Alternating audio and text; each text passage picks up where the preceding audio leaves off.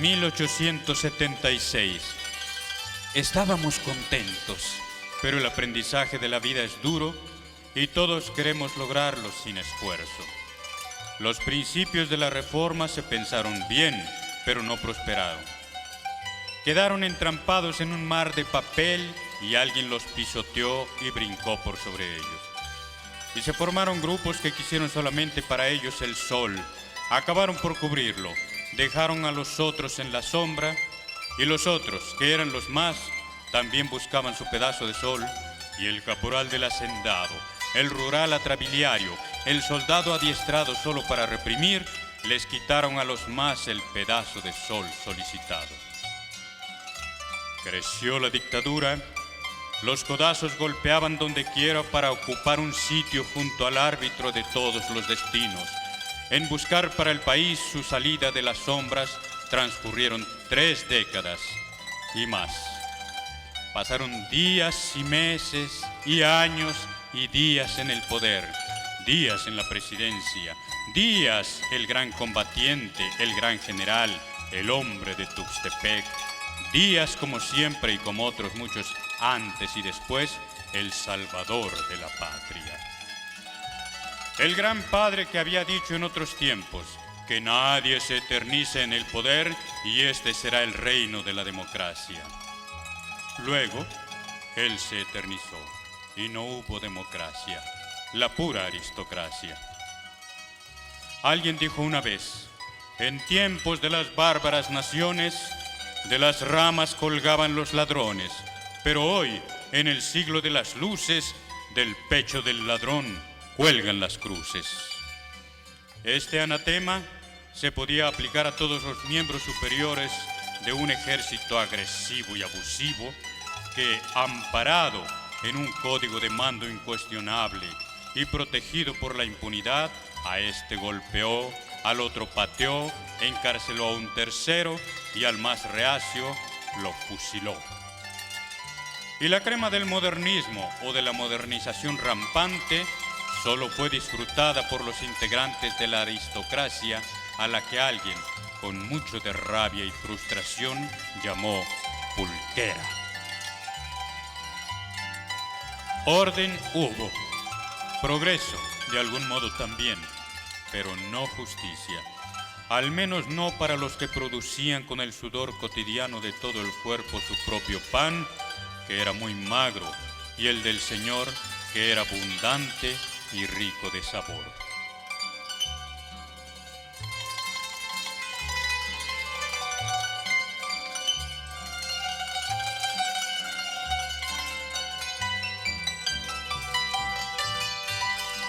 Era el México bárbaro, oculto en oropeles de prestigio científico y manifiesto en la amargura de un San Juan de Ulúa, una isla frente al puerto más importante, pero que podía ser toda la República, acosada por la violencia y el sopor, a pesar de los adelantos de un cierto grado de industrialización, no obstante un superávit financiero de 13 millones de pesos de aquel entonces, superávit dudoso, pues lo que ocurría era que los gastos en educación, en servicios médicos, escolares y otros diversos para los depauperados y marginados, eran mínimos o ni siquiera existían.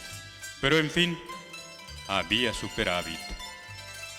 La abundancia, podría decirse.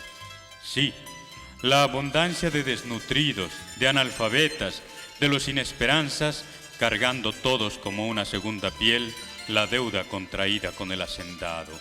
Los que dejaban los días más productivos de su vida en las fábricas o en las minas, y todos con la única perspectiva de morir como habían nacido, sin llevarse de este mundo otra cosa que la ruda experiencia de una vida de esclavitud en el Valle Nacional o en las enequeneras yucatecas, una existencia de semiesclavos en los ingenios azucareros de Morelos o en las haciendas del altiplano.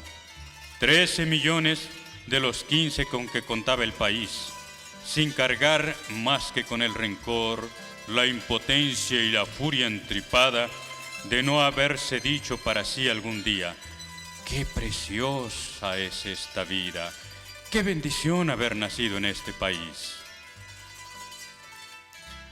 Lo querían, sí, porque al fin y al cabo de algo sirve el sentido de la belleza que se despertaba a la vista de los montes azules, del campo verde en el verano, de las lagunas quietas rebotando el canto de las ranas, eco de una interrogante. ¿Qué hacemos aquí? ¿Lo amaban?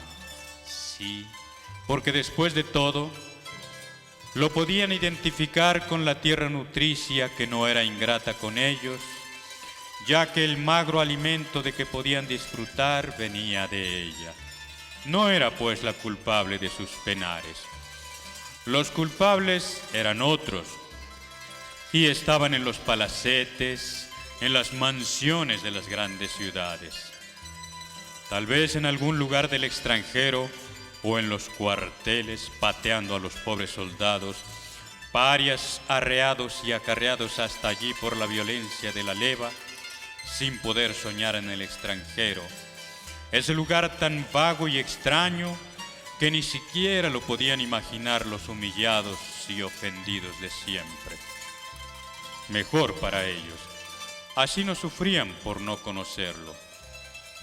Era suficiente, si acaso con ir al pueblo de tiempo en tiempo, visitar la ciudad de provincia quizás una vez en la vida y ninguna la capital del país. Eso habría sido como estar en otra entidad de latitudes cósmicas. ¿Qué más les quedaba? Embelezarse con rústica ingenuidad, admirando los vestidos elegantes de la niña, la hija del patrón, la carretela, expresión suprema de lujo para quien, en el mejor de los casos, solo tenía acceso a los pollinos o tal vez, algunas veces, al caballo. A menos que se convirtiera en el rural cruel y despiadado, dispuesto en su calidad de perro de presa a desgarrar la piel a sablazos. Entonces sí podría disponer toda su vida de la noble bestia. ¿La diversión? Bueno, alguna.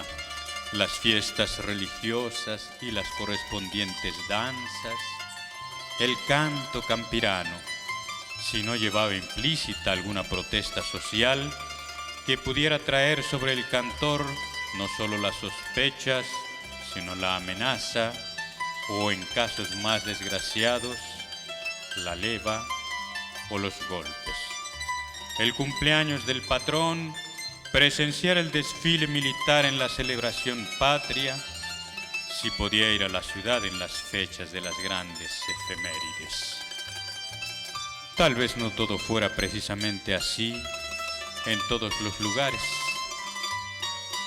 pero tampoco podríamos imaginar cuadros más alegres, más optimistas.